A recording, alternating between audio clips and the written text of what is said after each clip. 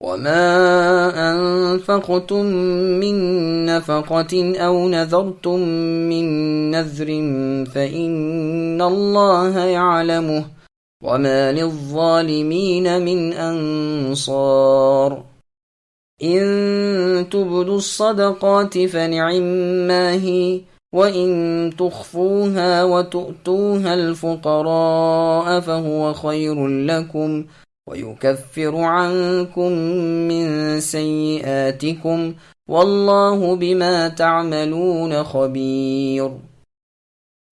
تم جتنا کچھ خرچ کرو یعنی خیرات اور جو کچھ نظر مانو اللہ تعالیٰ اسے بخوبی جانتے ہیں، ظالموں کا کوئی مددگار نہیں۔ اگر تم صدقے خیرات کو ظاہر کرو تو وہ بھی اچھا ہے، اور اگر تم اسے پوشیدہ پوشیدہ مسکینوں کو دے دو تو یہ تمہارے حق میں بہتر ہے۔ اللہ تعالیٰ تمہارے گناہوں کا بھی کفارہ کر دیں گے، اور اللہ تعالیٰ تمہارے تمام اعمال کی خبر رکھنے والے ہیں۔ سامعین، اب ان آیتوں کی تفسیر سماعت کیجیے۔ صدقہ اور نذر کا بیان۔ اللہ تعالیٰ خبر دیتے ہیں کہ ہر ایک خرچ اور نذر کو اور ہر بھلے عمل کو اللہ تعالیٰ خوب جانتے ہیں۔ وہ اپنے نیک بندوں کو جو اللہ کا حکم بجا لاتے ہیں اس سے ثواب کی امید رکھتے ہیں، اس کے وعدوں کو سچا جانتے ہیں، اللہ کے فرمان پر ایمان رکھتے ہیں، بہترین بدلہ عطا فرمائیں گے۔ اور ان کے خلاف جو لوگ اللہ کی حکم برداری سے جی چراتے ہیں، گناہ کے کام کرتے ہیں، اللہ کی خبروں کو جھٹلاتے ہیں، اللہ کے ساتھ دوسروں کی عبادت کرتے ہیں، یہ ظالم ہیں۔ قیامت کے دن قسم قسم کے سخت بدترین اور المناک عذاب انہیں ہوں گے، اور کوئی نہ ہوگا جو انہیں چھڑائے یا ان کی مدد کو اٹھے۔ پھر آگے اللہ نے فرمایا کہ ظاہر کر کے صدقہ دینا بھی اچھا ہے، اور چھپا کر فقراء مساکین کو دینا بہت ہی بہتر ہے، اس لیے کہ یہ ریاکاری سے کوسوں دور ہے۔ ہاں، یہ اور بات ہے کہ ظاہر کرنے میں کوئی دینی مصلحت یا دینی فائدہ ہو، مثلا اس لیے کہ اور لوگ بھی دیں وغیرہ۔ سنن نبی داؤد کی حدیث میں ہے کہ صدقے کا ظاہر کرنے والا مثل بلند آواز سے قرآن پڑھنے والے کے ہے، اور اسے چھپانے والا آہستہ قرآن پڑھنے والے کی طرح ہے۔ پس اس آیت سے صدقہ جو پوشیدہ دیا جائے اس کی فضیلت ثابت ہوتی ہے۔ بخاری اور مسلم میں بروایت ابو ہریرہ رضی اللہ عنہ مروی ہے کہ رسول اللہ صلی اللہ علیہ وسلم نے فرمایا، 7 شخصوں کو قیامت کے دن اللہ تعالیٰ اپنے سائے میں جگہ دیں گے، جس دن اللہ کے سائے کے سوا اور کوئی سایہ نہ ہوگا۔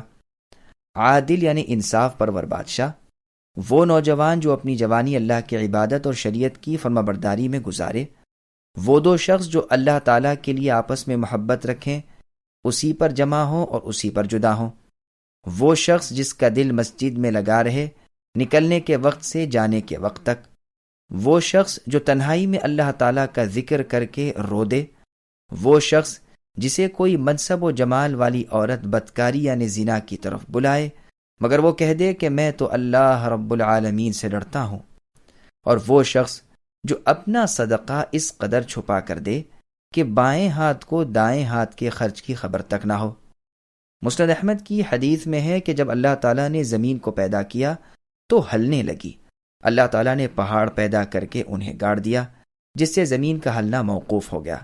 فرشتوں کو پہاڑوں کی ایسی سنگین پیدائش پر تعجب ہوا، انہوں نے دریافت کیا کہ باری تعالیٰ، کیا آپ کی مخلوق میں پہاڑ سے زیادہ سخت بھی کوئی ہے؟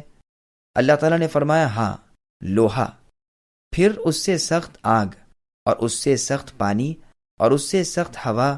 دریافت کیا اس سے بھی زیادہ سخت؟ فرمایا، ابن آدم جو اس طرح صدقہ کرتا ہے کہ بائیں ہاتھ کو دائیں ہاتھ کے خرچ کی خبر نہیں ہوتی۔ شعبی رحمہ اللہ فرماتے ہیں کہ یہ آیت ابو بکر صدیق اور عمر فاروق رضی اللہ عنہ کے بارے میں اتری ہے۔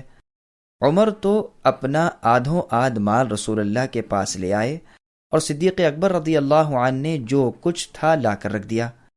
آپ نے پوچھا، اپنے گھر والوں کے لیے کیا چھوڑ آئے ہو؟ فاروق رضی اللہ عنہ نے جواب دیا، اتنا ہی۔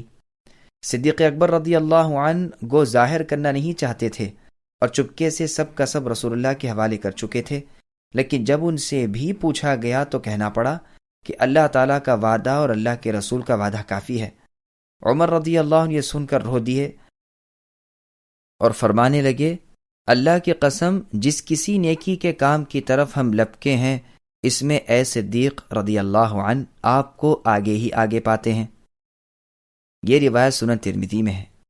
آیت کے الفاظ عام ہیں، صدقہ خواہ فرضی ہو خواہ نفلی زکوٰۃ ہو یا خیرات، اس کی پوشیدگی اظہار سے افضل ہے، لیکن ابن عباس رضی اللہ عنہما سے مروی ہے کہ نفلی صدقہ پوشیدہ دینا 70 گنا فضیلت رکھتا ہے، لیکن فرض زکوٰۃ کو اعلانیہ ادا کرنا 25 گنا فضیلت رکھتا ہے۔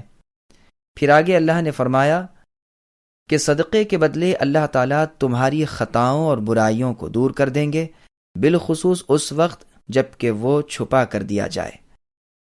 تم کو بہت سی بھلائی ملے گی، درجات بڑھیں گے، گناہوں کا کفارہ ہوگا۔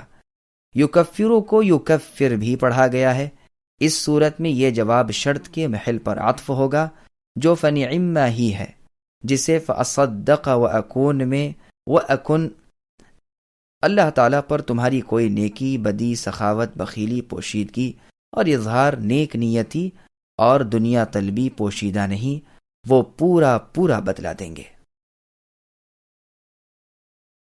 ليس عليك هداهم ولكن الله يهدي من يشاء وما تنفقوا من خير فلأنفسكم وما تنفقون إلا ابتغاء وجه الله وما تنفقوا من خير يوفى إليكم وأنتم لا تظلمون للفقراء الذين أحصروا في سبيل الله لا يستطيعون ضربا في الأرض يحسبهم الجاهل أغنياء من التعفف تعرفهم بسيماهم لا يسألون الناس إلحافا وما تنفقوا من خير فإن الله به عليم الذين ينفقون أموالهم بالليل والنهار سرا وعلانية فلهم أجرهم عند ربهم ولا خوف عليهم ولا هم يحزنون۔ انہیں ہدایت پر لا کھڑا کرنا اے نبی آپ کی ذمہ داری نہیں، بلکہ ہدایت اللہ دیتے ہیں جسے چاہے۔ مسلمانوں، تم جو بھلی چیز اللہ کی راہ میں دو گے اس کا فائدہ خود پاؤ گے۔ تم کو صرف اللہ کی رضامندی کی طلب کے لیے ہی خرچ کرنا چاہیے۔ تم جو کچھ مال خرچ کرو گے اس کا پورا پورا بدلہ تم کو دیا جائے گا اور تمہارا حق نہ مارا جائے گا۔ صدقات کے مستحق صرف وہ غرباء ہیں جو اللہ کی راہ میں روک دیے گئے، جو ملک میں چل پھر نہیں سکتے۔ نادان لوگ ان کی بے سوالی کی وجہ سے انہیں مالدار خیال کرتے ہیں۔